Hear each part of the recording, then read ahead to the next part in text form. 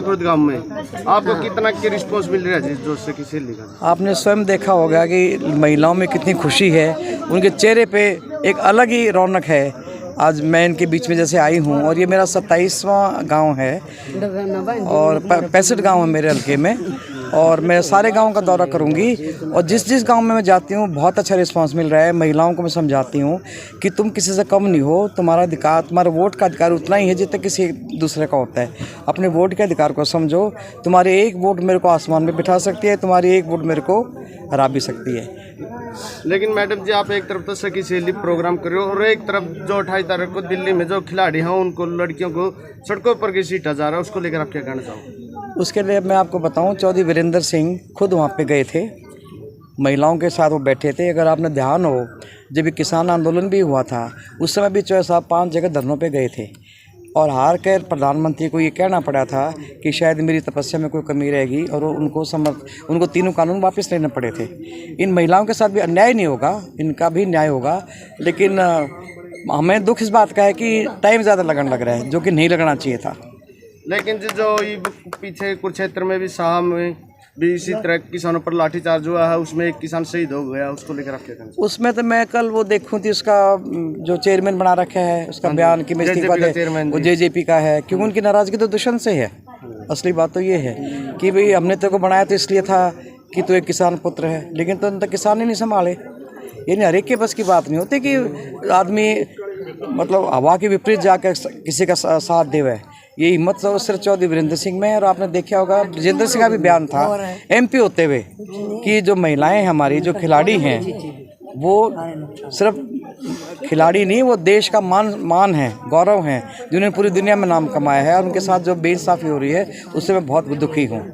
जो e tendering की बात करें, जिस तरह सरपंच है वो भी अपने हड़तालों पर बैठे हैं, उसको लेकर क्या कहना चाहते हैं? टेंडरिंग मामला असल में इस बारे में मैं इसलिए नहीं कुछ कह सकती क्योंकि मैं तो चुनाव हार रही हूँ, ना मैं सरकार में हूँ, ना मैं अपनी तरफ से कोई बयान दे सकती, ना मैं कोई आश्वासन दे सकती। लेकिन जो आपने छात्रागांव में कॉलेज बनवाने की घोषणा की थी वो अभी तक नहीं बना, उसका क्या कारण है?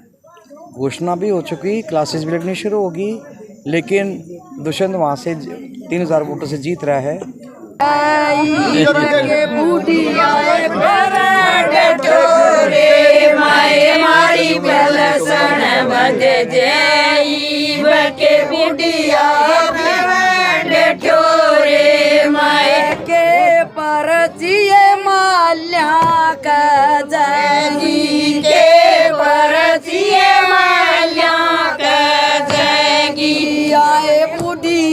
के राखियो मान के हो जे आवा तुबारे माए बुढ़िया के राखियो मान।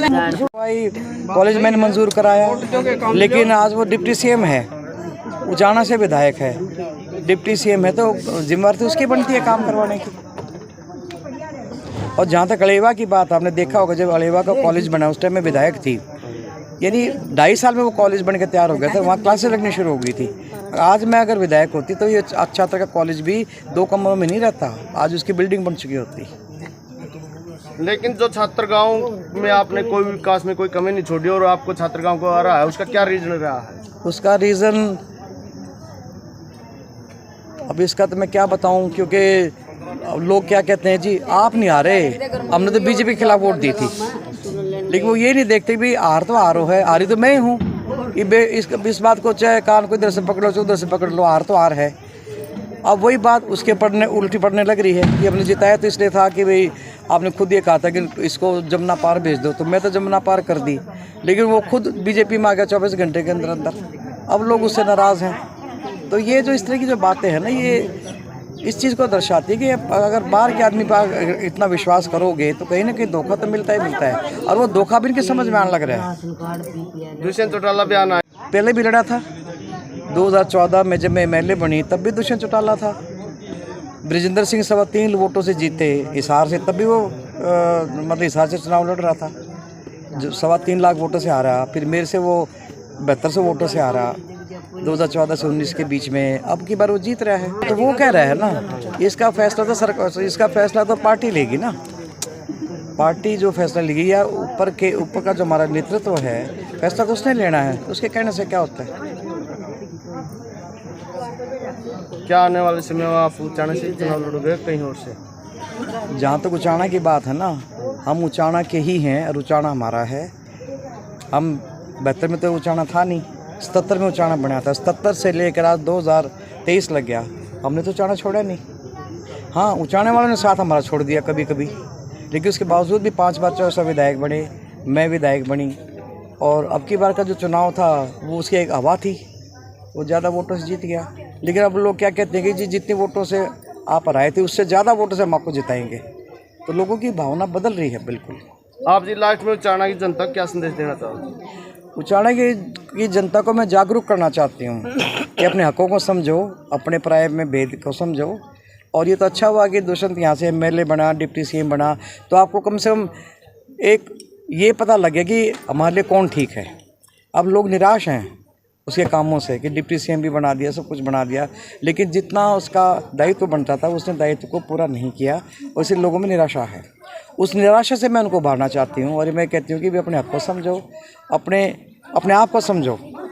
और भी कभी रोहतक से कोई आ जाता है कि यहाँ से हम चुनाव लड़ेंगे, कहीं आम आदमी पार्टी से कोई आ जाता है, हरियाणा में हमारी कोई मतलब स्थायित्व तो नहीं है। तो इसमें कहीं ना कहीं हमारी भी है कि हमारे लोग बहकावे में आ जाते हैं जो कि नहीं आने चाहिए। जिताना था मैडम ने। जिताना चाहो? सर जितने ले आ रहे हैं नहीं, इस तो ज़्यादा जितेगा ले आएंगे। फालतू आओगा फालतू। क्या कहना चाहोगे? हजारा तो जितवाएंगे।